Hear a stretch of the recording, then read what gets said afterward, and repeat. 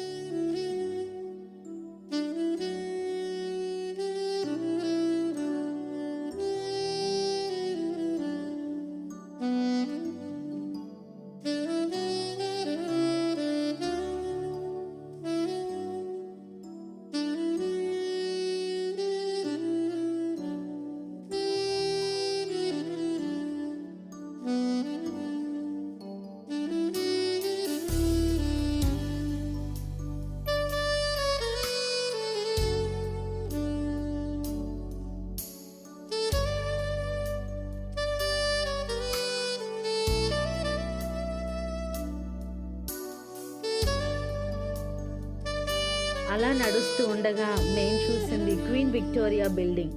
అయితే ఈ బిల్డింగ్లోకి మేము మమ్మీ డాడీ వాళ్ళని తీసుకెళ్ళకపోయాం. కారణం అప్పటికే చాలా నడుచుకుంటూ వెళ్ళటం వలన జస్ట్ మేము అవుటర్ లుక్ మాత్రమే చూడటం జరిగింది. కానీ క్రిస్టఫర్ గారు, నేనైతే ఈ యొక్క బిల్డింగ్లోకి ఒక 2-3 టైమ్స్ వెళ్ళాము. ఈ యొక్క బిల్డింగ్ ఉన్న ఈ యొక్క ప్లేస్ని ఏమంటారు అని అంటే heart of the Sydney city అంటారు అనమాట. సిడ్నీ సిటీ మొత్తానికి కూడా మధ్యలో ఉంటుంది ఈ యొక్క క్వీన్ విక్టోరియా బిల్డింగ్. ఇప్పుడు మీరు చూస్తున్నారు అదే బిల్డింగ్ని.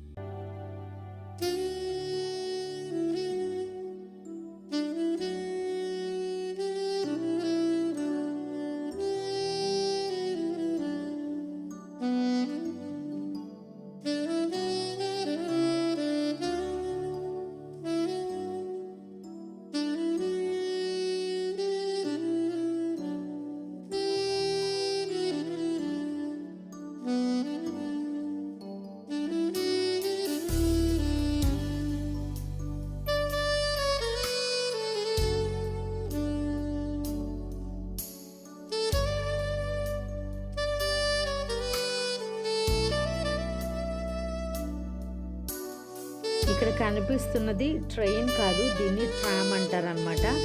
ఎలాగైతే ట్రైన్స్కి పట్టాలు ఉంటాయో వీటికి కూడా పట్టాలు ఉంటాయి, కానీ వీటి మీద ఇవి వెళ్ళిపోయిన తర్వాత కొన్ని చోట్లయితే ఇక్కడ కార్స్కి వాటికి వే అనేది మీకు అవతల కనిపిస్తూ ఉంటుంది. ఈ యొక్క ట్రామ్స్ వెళ్ళే వరకు కూడా రెడ్ సిగ్నల్ వేస్తాడు. ఆ ట్రామ్స్ వెళ్ళిపోయిన తర్వాత అక్కడ బస్సులు, కార్లు అన్నీ కూడా ట్రావెల్ చేయడానికి అనువుగా ఉంటుంది.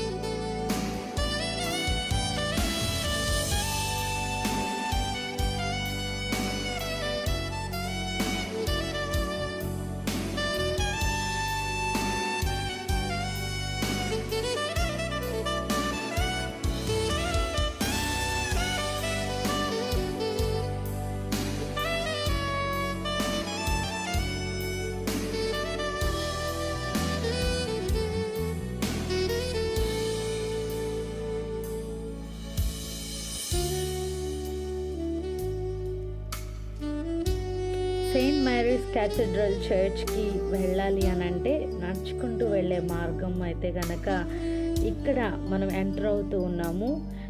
దీన్ని హైడ్ పార్క్ అని అంటారు. సెయింట్ మేరీస్ ఆ యొక్క చర్చ్, ఆ యొక్క క్యాథడ్రల్ చర్చ్ వెళ్ళే వైపుకి చాలా పెద్ద పార్క్ ఉంటుంది అనమాట. అది చాలా పెద్ద పార్క్. ఆ పార్క్లో చాలా ఫౌంటైన్స్ ఉంటాయి, కొన్ని స్టాట్యూస్ని ఉంచారు, పెద్ద ట్రీస్ ఉంటాయి, చాలా అందంగా ఉంటుంది ఈ యొక్క పార్క్. అక్కడ మాస్కి ఎవరైతే వస్తారో అంటే ప్రేయర్కి వచ్చిన వాళ్ళు వచ్చి ఈ యొక్క పార్క్లో కూర్చొని చాలా మంచిగా రిలాక్స్ అవుతారు. అదే రీతిగా అనేక మంది టూరిస్టులు కూడా ఈ యొక్క చర్చ్ని ప్రత్యేకంగా చూడటానికి కంపల్సరీ యొక్క చర్చ్ని విజిట్ చేయడానికి వస్తారు. సిడ్నీకి వచ్చిన ఏ టూరిస్ట్ అయినా కానీ వేరే ఇతర దేశాల నుండి వచ్చిన ప్రతి ఒక్కళ్ళు కూడా ఈ యొక్క చర్చ్ని తప్పకుండా విజిట్ చేస్తారు. ఇక్కడ మనకంతా కనిపించేది ఏంటంటే ఆ చర్చ్కి ఎదురుగా ఉండే యొక్క పార్క్.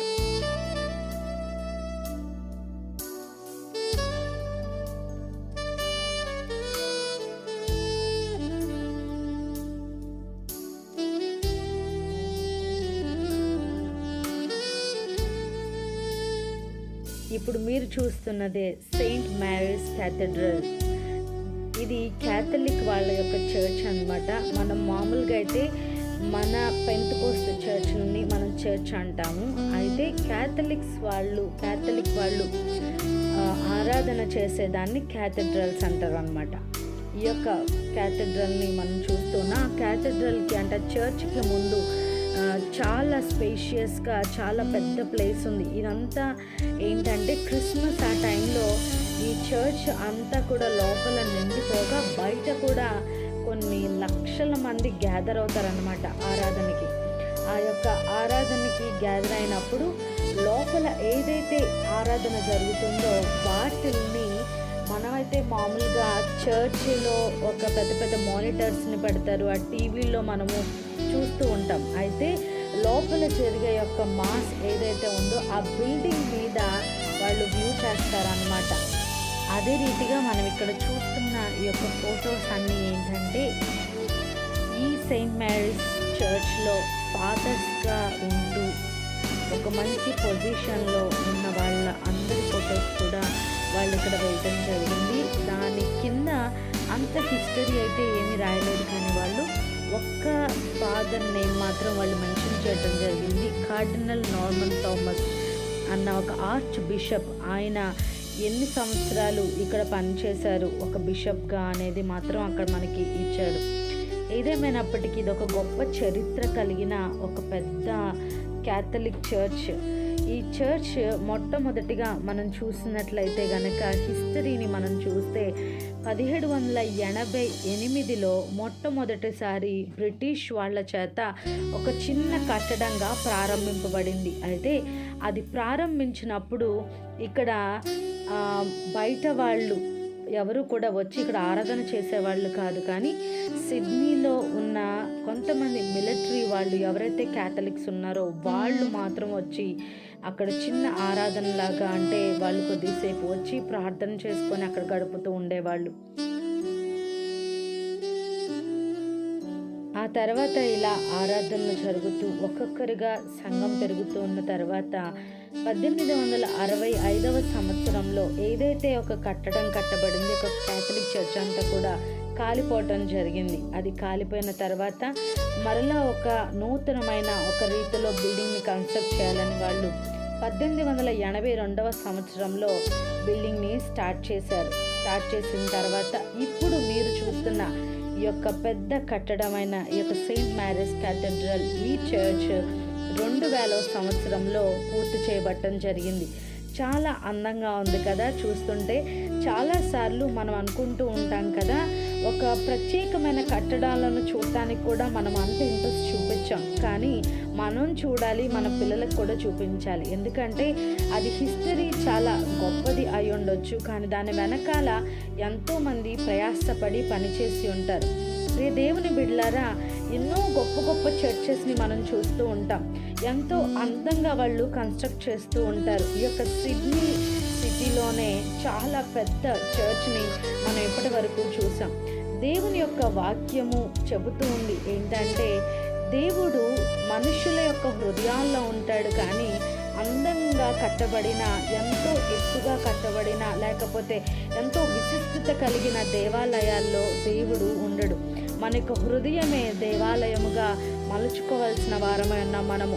ఈ యొక్క కట్టడాలను చూసినప్పుడు అక్కడ లోపల ఉన్న ఆ యొక్క స్ట్రక్చర్స్ ఏవైతే యేసు ప్రభు బొమ్మ, లేకపోతే మరియమ్మ తల్లి బొమ్మ, వీటిని క్యాథలిక్స్ ఆరాధన చేస్తూ ఉంటారు. అయితే దేవుని యొక్క వాక్యములో చెప్పబడేది మనం చూసినట్లయితే, నా యొక్క నామమందు మీరు ఏ విగ్రహమును కూడా చేసుకోకూడదు అనే దేవుని యొక్క వాక్యము చాలా స్పష్టంగా చెబుతోంది. మనము ఇహలోక సంబంధమైన విగ్రహాలను చేసుకొని వాటిని ఆరాధించడాన్ని బట్టి దేవుడు సంతోషించడు, కానీ మన యొక్క పూర్ణ మనస్సుతో, పూర్ణ ఆత్మతో, పూర్ణ హృదయముతో ఎప్పుడైతే దేవుని మనము ఆరాధిస్తామో ఆయన ఆ ఆరాధనను బట్టి మహిమ పొందేవాడై ఉన్నాడు. ప్రియ దేవుని బిడ్డలారా, చాలాసార్లు మనం అనుకునేది ఏంటంటే, పెద్ద పెద్ద కట్టడాల్లో, పెద్ద పెద్ద మందిరాల్లో దేవుడు ఉంటాడు, అక్కడ మాత్రమే మంచి ఆరాధన జరుగుతుంది, లేకపోతే ఒక చిన్న సంఘాల్లో దేవుడు ఉండడో, లేకపోతే అక్కడ కార్యాలు జరగవో అని మనం అనుకుంటూ ఉంటాం. కానీ దేవుడు మనుషుల చేత కట్టబడిన ఆ యొక్క గుళ్ళల్లో ఉంటానని ఆయన చెప్పట్లేదు, కానీ మన యొక్క హృదయములో నివసించేవాడు ఉన్నాడు. కాబట్టి ప్రకటన గ్రంథంలో ఈ రీతిగా చెప్పబడి ఉంటుంది కదా, నీ యొక్క హృదయము అనే తలుపున వద్ద ఉండి దేవుడు తడుతూ ఉన్నాడంట. హృదయం అనే తలుపు దగ్గర ఉండి ఆయన తడుతూ ఉన్నాడు. మన యొక్క హృదయం అనే తలుపును ఎప్పుడైతే దేవుని కొరకు మనం తెరుస్తామో ఆయన మన యొక్క హృదయంలోనికి వచ్చి కార్యము చేసేవాడు అన్నాడు. అదే రీతి ఇప్పుడు మనం చూస్తున్నాం ఆ యొక్క బిల్డింగ్ లోపల ఉన్న ఇంటీరియర్ని, చాలా అందంగా తీర్చిదిద్దిన యొక్క ఇంటీరియర్ని మనం చూస్తూ ఉన్నాం.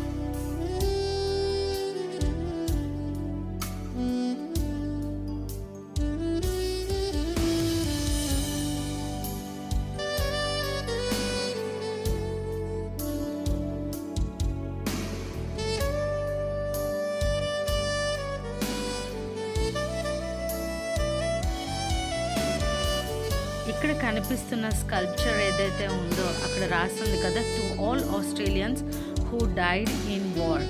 ముఖ్యంగా ఈ కట్టడం మొట్టమొదట కట్టినప్పుడు ఇందులో ఆరాధన చేసిన వాళ్ళు మిలిటరీ వాళ్ళు కాబట్టి వాళ్లకు గుర్తుగా, అది కాక ఈ యొక్క ఆస్ట్రేలియా దేశంలో ఎంతమంది అయితే జరిగిన యొక్క యుద్ధాల్లో మిలిటరీ వాళ్ళు చనిపోయారో వాళ్ళ జ్ఞాపకార్థంగా ఈ చర్చ్ లోపల ఇలాగొక స్కల్ప్చర్ కట్టడం జరిగింది.